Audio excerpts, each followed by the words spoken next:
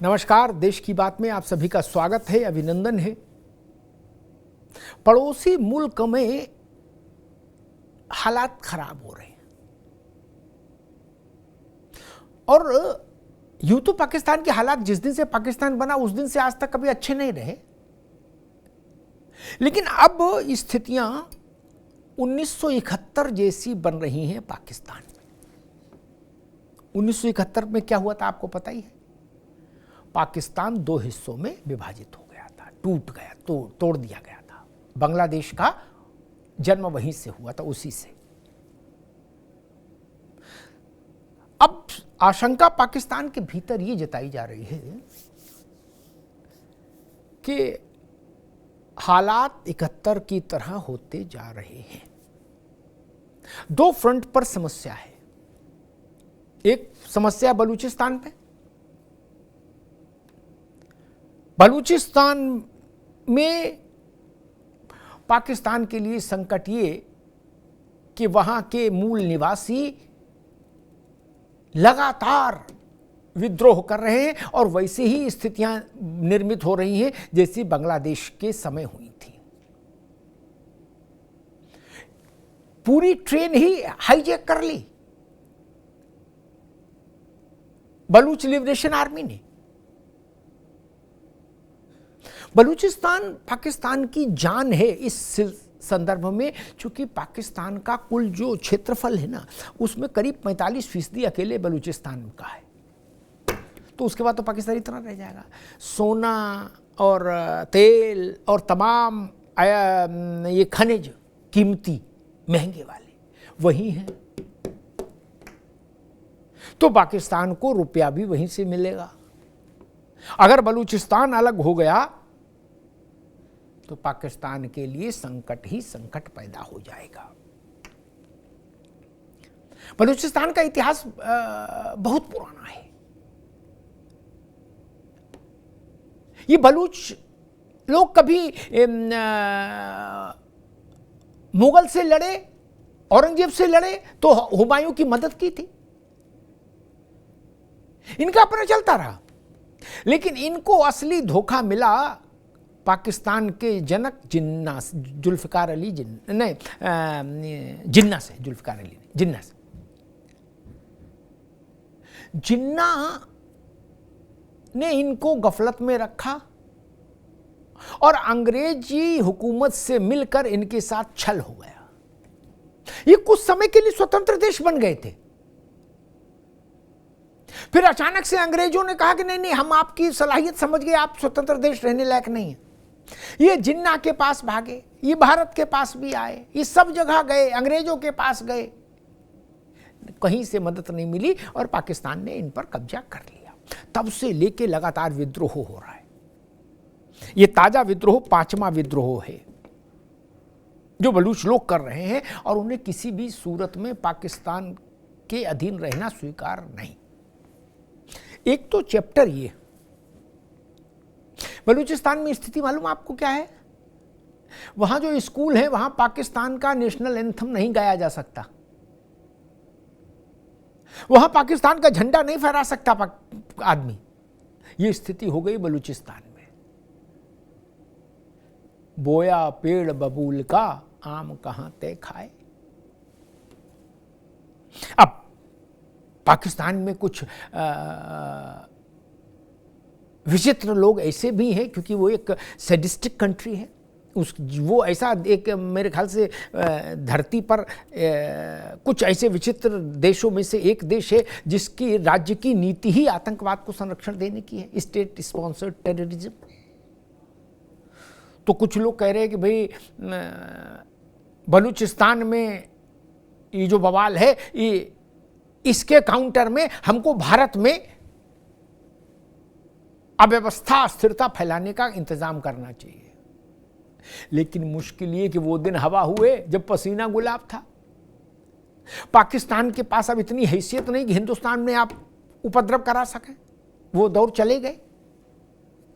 और जब से मोदी सरकार ने एयर स्ट्राइक की थी, घुस के मारूंगा वाला नारा जब से गूंजा, तब से पाकिस्तान की सिट्टी पिट्टी वैसे ही गुम हो गई।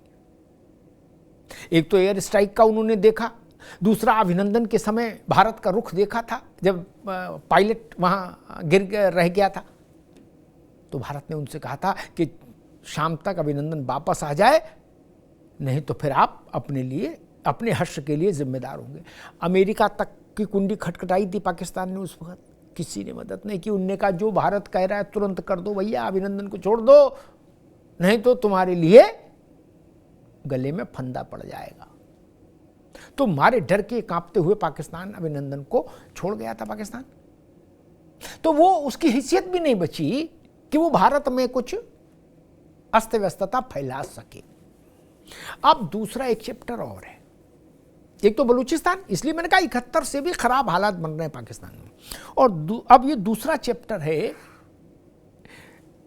पीओके का, पाक ऑक्युपाइड कश्मीर, यानी वो हिस्सा जो हमारा था लेकिन जिसको पाकिस्तान ने अपने कब्जे में बना के रखा हुआ है,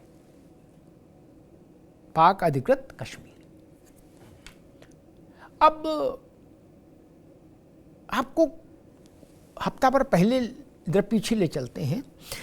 हमारे विदेश मंत्री एस जयशंकर साहब लंदन गए हुए थे, वहाँ एक सेमिनार में थे, वहाँ पत्रकार भी थे। तो एक पत्रकार ने उनसे पूछा जयशंकर साहब से, अच्छा जयशंकर खुद भी विदेश सेवा से ही रहे हैं और विदेश मंत्री हैं, तो शब्दों का चयन और उसमें कहाँ कॉमा कहाँ फुल स्टॉप, उसकी गरिमा वो समझते हैं। तो उनसे किसी विदेशी पत्रकार ने पूछा कि नरेंद्र मोदी और डोनाल्ड ट्रंप में अच्छी केमिस्ट्री है, दोनों दोस्त हैं, तो क्या मोदी ने उनसे कश्मीर समस्या को रिजॉल्व करने के लिए बात की या करेंगे, इस टाइप का कोई प्रश्न पूछा। जयशंकर ने जो उत्तर दिया वो उत्तर इशारा कर रहा है कि कुछ पक रहा है इधर हमारे तरफ। जयशंकर साहब ने कहा कि 4 स्तर की प्रक्रिया है कश्मीर को लेकर। पहला चरण था 370 हटाना, हटा दिया। दूसरा चरण था free and fair election state में, करा दिए। तीसरा चरण था राज्य का चौतरफा विकास हो रहा है, और बोले चौथा चरण पीओके भारत का हिस्सा होना चाहिए। तो बोले 3 चरण हो गए, अब चौथा चरण शेष है। और उन्होंने कहा कि इस चौथा चरण पूर्ण हो जाने के बाद, यानी पीओके भारत का हिस्सा हो जाने के बाद, उन्होंने कहा कश्मीर समस्या नाम की कोई चीज नहीं रहेगी धरती पर, इसलिए किसी से बात करने की कोई जरूरत भी नहीं रहेगी। अब इस स्टेटमेंट को आप अपने मन में दोहरा लीजिए और इसका मतलब खुद समझ लीजिए, बाकी दुनिया छोड़िए। लंदन की धरती पर विदेशी पत्रकारों के सामने भारत जैसे बड़े देश का विदेश मंत्री यूं ही तो नहीं बोल सकता। जयशंकर साहब भारतीय जनता युवा मोर्चा या विद्यार्थी परिषद के कार्यकर्ता तो है नहीं कि मंच पर बोल रहे भाषण कुछ भी बाएं समेट के कुछ भी बोल देंगे, नहीं ना। वो जानते हैं उनके एक एक शब्द का अर्थ है और उनका कहा एक एक शब्द भारत का शब्द माना जाएगा। तो क्या पीओके को लेकर भारत में कुछ बड़ी तैयारी चल रही है? पाकिस्तान वालों से पूछिए तो वो इस डर में है, इस खौफ में है कि हाँ भारत कुछ बड़ी तैयारी कर रहा है पीओके वापस लेने के लिए। एक पाकिस्तान की संसद में वहां के सांसद इस विषय को उठाते हैं कि हमको खतरा है कि हिंदुस्तान हमारे ऊपर हमला करके हमारा कश्मीर ले जाएगा। पिछले कुछ दिनों में आप, कुछ महीनों में आप भारत के बड़े मंत्रियों के बयान सुनिए, भाषण सुनिए। राजनाथ जी को सुनिए, रक्षा मंत्री को, गृह मंत्री अमित शाह जी को सुनिए। वो भी ऐलान कर चुके हैं कि पीओके अंततः भारत का हिस्सा होगा। और राजनाथ जी ने तो एक भाषण में कहा था कि इसी सरकार के इसी कार्यकाल में होगा। इसका क्या अर्थ है? इसका मतलब कुछ पक रहा है, कुछ घट रहा है अंदर अंदर। अब चूंकि नरेंद्र मोदी जी की कार्यशैली ऐसी है कि जब तक काम पूरा न हो जाए तब तक उसकी भनक भी किसी को न लगने दो। उनकी शैली ऐसी कि कौतुक रहे उसमें। तो हो सकता है कि किसी दिन सुबह आप टीवी खोले और कुछ इसी ढंग की चीज चल रही हो। क्योंकि जब एयर स्ट्राइक की थी भारत ने, सीमा को लांघा था भारत के वायुसेना के विमानों ने, युद्धक विमानों ने, तब भी टीवी से ही लोगों को पता लगा था, उससे पहले किसी को नहीं पता था कि हो गया काम।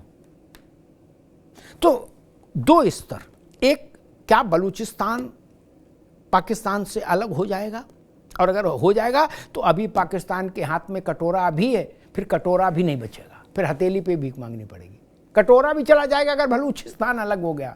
और दूसरा कि क्या पाक ऑक्युपाइड कश्मीर, क्योंकि जयशंकर साहब ने एक शब्द इस्तेमाल किया था उस लंदन के उस मंच पर कि पाकिस्तान ने उस हिस्से को चुराया है, और चोरी की हुई चीज वापस लेना हम जानते हैं। तो क्या जम्मू कश्मीर फिर पूर्ण होगा? क्योंकि पाक अधिकृत कश्मीर जो है वो बृहत भूभाग है, बहुत बड़ा भूभाग है, और रणनीतिक तौर पर भी वो अगर भारत का हिस्सा हो जाए तो भारत को एक सामरिक बढ़त हासिल होती है, कंफर्ट जोन हासिल होता है, कई किस्म के तनावों से भारत को मुक्ति मिलती है एक बार में। कश्मीर समस्या नाम की बीमारी ही खत्म हो जाएगी, पाक प्रायोजित आतंकवाद लगभग समाप्त हो जाएगा। तो क्या इन दोनों चीजों पर कोई कार्य योजना काम कर रही है? ये बड़ा प्रश्न है। संकेत बता रहे हैं कि कुछ तो हो रहा है। अब वो जो कुछ हो रहा है वो कब तक जमीन पर उतरेगा, इसके लिए इंतजार करना होगा। क्योंकि बड़ी चीज है तो तैयारी भी बड़ी होती है। धन्यवाद। थोड़े में ज्यादा स्वाद, यही तो है इसकी खास बात। वाओ मम्मा, क्या स्वाद है। अरे मेरे राजा।